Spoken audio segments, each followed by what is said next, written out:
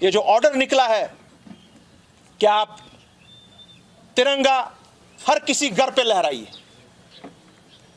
ये शायद कश्मीर, जम्मू कश्मीर में ही ये ऑर्डर आज निकला है। तिरंगा यहां पर 1947 से लहरा रहा है और कभी भी कहीं भी किसी कश्मीरी ने, जम्मू कश्मीर के नागरिक ने कभी भी कोई बेदबी इस झंडे के साथ नहीं की है। Never. It flies here with honour and respect. It used to fly here with honor and respect with the Kashmir flag as guaranteed by the Constitution of India. So, हमारी अपील है, दरखास्त है, इससे आप क्या दिखा रहे हैं पूरे वर्ल्ड में कि क्या कश्मीर आपके साथ नहीं है? क्या कहीं पर इस तरह का ऑर्डर है? क्या आपको हर घर में झंडा लहराना है? झंडा जब दिल से लहराएगा कोई आदमी तब झंडा होगा। जबरदस्ती आप बोलेंगे तो ये तो कोई बात नहीं बनी।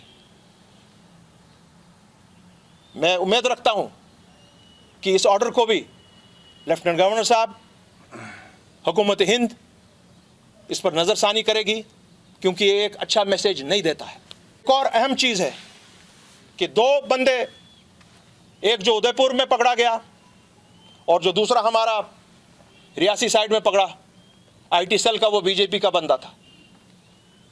और हमारी सरकार आज ये कह रही है, जो उसकी तहकीकाती एजेंसीज हैं, कि हमको शक है कि जो बॉम्ब ब्लास्ट वगैरह कुछ हुए हैं उन एरियाज में यहाँ पे कुछ कार्रवाइयाँ हुई हैं, ये लोग उसमें मुलविस थे। सो आज क्वेश्चन उठ रहा है खुद बीजेपी के ऊपर कि भाई आपकी सफों में ऐसे लोग हैं, आप यहां पे मारदाड़ और जोर जबरदस्ती करवाना बंद करें। हमारी पुलिस एजेंसी से हमारी दरखास्त है कि आप जरा मेहरबानी करके बीजेपी की तरफ भी नजर डालें कि उनके सफों में कौन है, कौन कार्रवाइयां करा रहा है। ये तो सामने आपके है, इसमें कोई ज्यादा बोलने की जरूरत नहीं है। और बहुत सी चीज़ें अगर आप खोज बाज़ाब्ता तौर करेंगे, जहाँ पर यहाँ पे जितने भी कुछ हादसात रोनमा हुए हैं, क्या पता किसका किसके साथ मामला हो जुड़ा।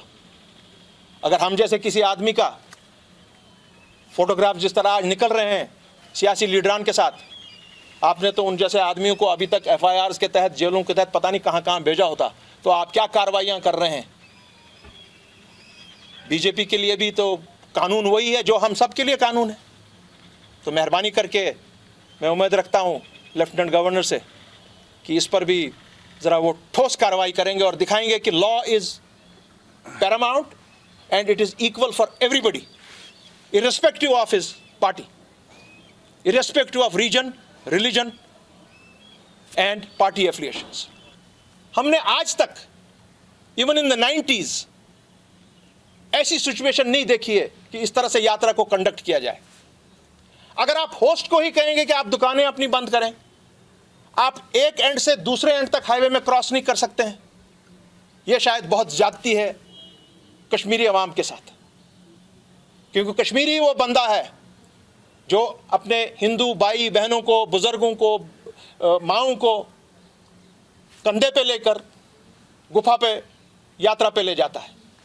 इन्हीं को अगर आप बंद कर दें, सिक्योरिटी ठीक है, हम मानते हैं आपके अपने इश्यूज हैं, मगर उनको डील किया जा सकता है इन अ बेटर मैनर। इस तरीके से नहीं जो हमने आपसे, आपकी जो हमारी मीटिंग हुई थी, जो मैंने, डॉक्टर साहब ने, वहाँ जितने भी लीडरान थे, उन्होंने जो बातें आपसे कही उन पर शायद अभी तक गौर नहीं हुआ है। और हम होस्ट्स हैं, इस तरीके से जिस तरह से बंद किया जाता है, मैंने खुद बजाते खुद गवर्नर साहब ये देखा है कि एम्बुलेंसें पेशेंट के साथ बैठी हुई हैं रोड्स पर, क्रिटिकल पेशेंट्स बैठे हुए हैं, बच्चे जो जाते हैं अपनी तालीम हासिल करने के लिए, कोर्सेज करने के लिए, वो घंटों घंटों घंटों उनको बैठना पड़ता है आपकी इस पर हाईवेज पर। I don't think this is the correct way, this is not the way, I am sorry that we should conduct this yatra. मैं आपसे दरखास्त करता हूं माननीय मनोज सिन्हा साहब कि आप दोबारा अपनी जो आपने जो सिस्टम बनाया है हाईवे को डील करने के लिए, आप इस पर दोबारा गौर खोज करें और ये जो कदगन है इनको आप मेहरबानी करके थोड़ा नरम करें, सो दैट यहाँ के लोग भी चैन का सांस लें और उनको लगे कि नहीं, कोई मुहासरा नहीं उनसे हो रहा है। मैं अपनी दुकानें बंद नहीं कर सकता हूँ 40 दिन के लिए, मैं घंटों रुक नहीं सकता हूँ रोड्स पर, जमा तलाशी नहीं हो सकती है मेरी रोड्स पर।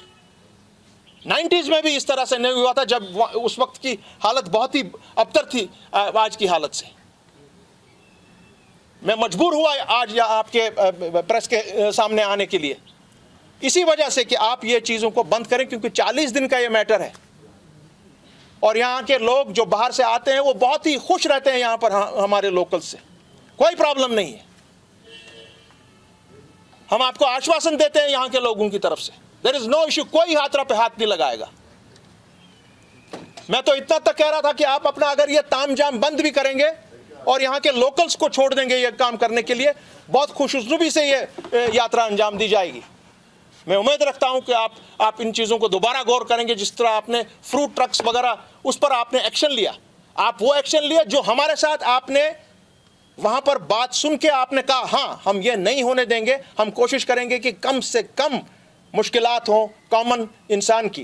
क्योंकि मैं फिर दोबारा कहूँगा, कश्मीरी होस्ट है, वो मेज़बान है, आप मेज़बान को बंद नहीं कर सकते हैं रोड्स पर, आप उसकी दुकानें बंद नहीं कर सकते हैं। मैं उम्मीद रखता हूं कि आप दोबारा इस मामले पर गौर करेंगे। आपकी जो पुलित्जर अवार्ड विनर जर्नलिस्ट सना, उनको रोकना एयरपोर्ट पर, दैट इज अनडेमोक्रेटिक।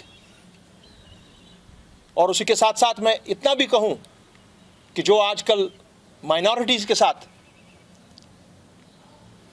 जिस तरीके से सरकार की एजेंसीज पेश हो रही, उनके साथ जोर जबरदस्ती करते हैं।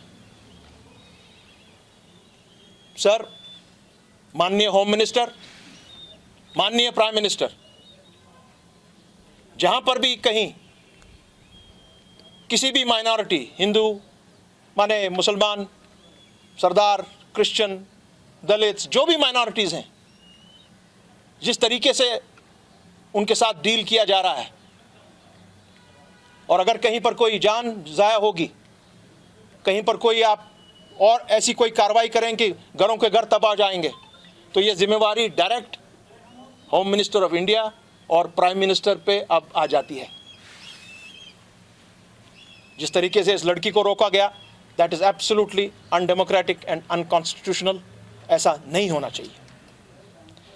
उसके अलावा आजकल हमारे जितने भी सियासी जमातें हैं जो नई नई पैदा हुई हैं और ज़बरदस्त वार कर रहे हैं, अगर कोई बात कही जाए, मैं उनसे और ख़ुसूसन आपके माध्यम से हमारी जो ट्रेड बॉडीज़ हैं, जितने भी फेडरेशंस हैं, वो मिलते रहते हैं यहाँ की अथॉरिटीज़ से, वो मिलते रहते हैं सेंट्रल गवर्नमेंट की अथॉरिटीज़ से, क्योंकि 370 और 35A का मामला शायद अनकरीब ऑनरेबल सुप्रीम कोर्ट में दोबारा सुनवाई के लिए शुरू हो रहा है, जिस पर हम ज़बरदस्त नज़र रखे हुए हैं। मैं इन सियासी जमातों से इतना ही कहूँगा और इन ट्रेड यूनियन से, इन बॉडीज़ से, कॉमर्स से, चैम्बर ऑफ कॉमर्स वगैरह से, कि अगर आप कुछ नहीं कर सकते हैं, एटलीस्ट जब आप होम मिनिस्टर से मिलते हैं, प्राइम मिनिस्टर से मिलते हैं, यहाँ के मिनिस्टर से मिलते हैं, बाहर से जो लोग आपके साथ मिलाए जाते हैं, यूरोपियन यूनियन को लाया जाता है, आप में से कोई भी, मैंने कभी नहीं आपकी ज़बान से सुना है कि आप उनको कहें कि आप हमारे साथ ज्यादती हुई है, अनकॉन्स्टिट्यूशनल जो और इलीगल जो डिसीजन, इरेशनल जो 5 अगस्त 2019 को हुआ, वो गलत था। किसी एक ने कहीं पर भी, किसी एक भी सियासी जमात ने, जो शायद आज बहुत से लोग उसको कहते हैं कि या उनकी बी टीम्स हैं या सी टीम्स हैं, कभी भी वो ये बात नहीं कहते हैं कि हम खड़े हैं आपके साथ, सुप्रीम कोर्ट में खड़े हैं आपके साथ, हम बात उठाएंगे 370 की जब हम जाते हैं इन लोगों के सामने। मैंने कभी नहीं सुना है, मैंने कभी अपने चैम्बर ऑफ कॉमर्स के किसी भी नेता के जबान से ये नहीं सुना है कि वो जब जाता है मिनिस्टर से मिलने के लिए अपनी डेलीगेशन को लेकर वो 370 या 35A की बात करता है। क्यों नहीं करते हो भाई? क्या वो सिर्फ हमारा ठेका है? वो हर किसी, जम्मू कश्मीर लद्दाख, हिंदू मुसलमान सिख ईसाई बौद्ध कश्मीरी पंडित, वो हर किसी का 370 और 35A सिर्फ मेरा नहीं है। मैं ये बात करना चाहता हूं।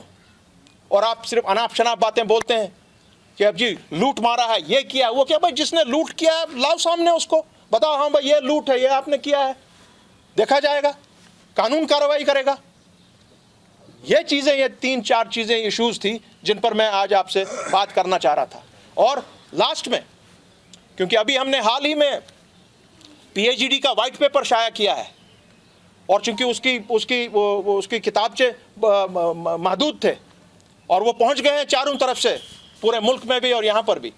और क्योंकि हमारे उनके स्पोक्स पर्सन हमारे तारिगामी साहब, वो कुछ दिनों से थोड़ा सेहत से ठीक नहीं है, उनकी पीठ का कुछ प्रॉब्लम है। सो शायद कल या परसों भर में इंशाल्लाह उसको नेट पे डाल दिया जाएगा, so that people all over the country, all over the world will go through that document. और वो डॉक्यूमेंट बहुत ही इंपॉर्टेंट होगा जब हमारा 370 का मामला सुप्रीम कोर्ट में इंशाल्लाह, मुझे लगता है जुलाई एंड में या अगस्त में इंशाल्लाह वो उठेगा, and we will win that case hands down.